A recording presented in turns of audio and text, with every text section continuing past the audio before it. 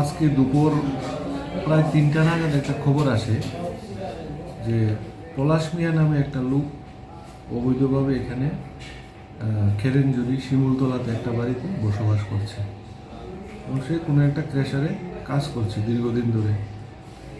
এই খবরটা পাওয়ার পরে আমরা অফিসার আর স্টাফ চুড়াইবাড়ি থানা এটা ওই খোঁজ করে ওই বাড়িতে যায়। একটা বাড়িতে মিনা বেগমের বাড়িতে যায়, গিয়ে তৎক্ষণাৎ মিনা বেগমকে পাওয়া যায়নি বাড়িতে। তো পলাশ মিয়া নামে একটা লোক ওই বাড়িতে পাওয়া যায়।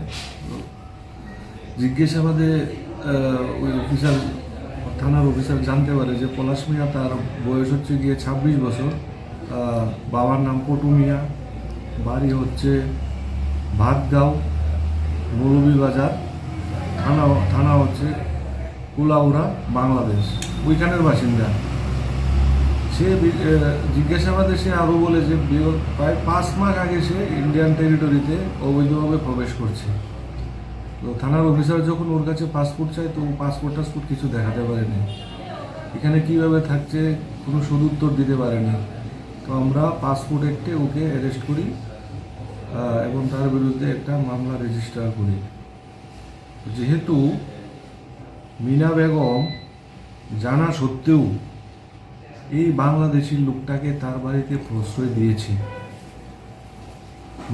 মিনা বেগমের এগেনস্টেও কেস রেজিস্টার হয়।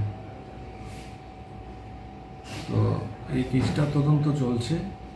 ওকে আমরা কালকে মাননীয় আদালতে প্রেরণ করব। তার সঙ্গে তো আপত্তিজনক কিছু ডকুমেন্টস পাওয়া যায়নি, গট্টর সার্চ হয়েছে। তো যতটুকু জানা গেছে মিনা বেগমের মেয়েকে বিবাহ করে ও থাকছিল এখানে, আর কোনো একটা ক্রেশারে কাজ করছিল।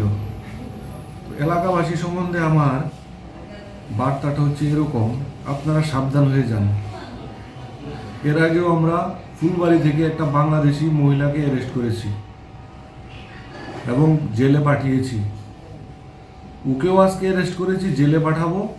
ওর বিরুদ্ধে আইন অনুযায়ী যা যা ব্যবস্থা নেব এবং অবৈধ এই অনুপ্রবেশকারীকে বাড়িতে শেল্টার দেওয়ার কারণে মিনা বেগমকেও আইনের আওতায় আনা হয়েছে এবং ওনার বিরুদ্ধেও আইন অনুযায়ী ব্যবস্থা নেওয়া হবে।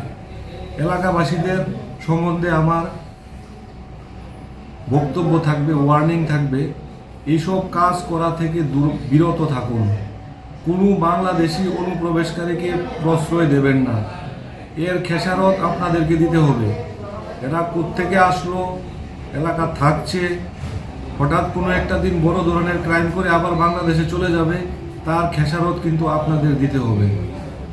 আমি কড়াই ভাষায় বলতে চাই, এসব কাজ যারা করছেন এসব কাজ ছেড়ে দিন, এসব কাজ করা ছেড়ে দিন এবং আমাদেরকে সঠিক তথ্য দিয়ে সাহায্য করুন। যদি কোনো বাংলাদেশি এখনো এলাকায় লুকিয়ে থাকছে, এদের তথ্য আমাদেরকে দিয়ে এদেরকে ধরানোর ব্যবস্থা করুন।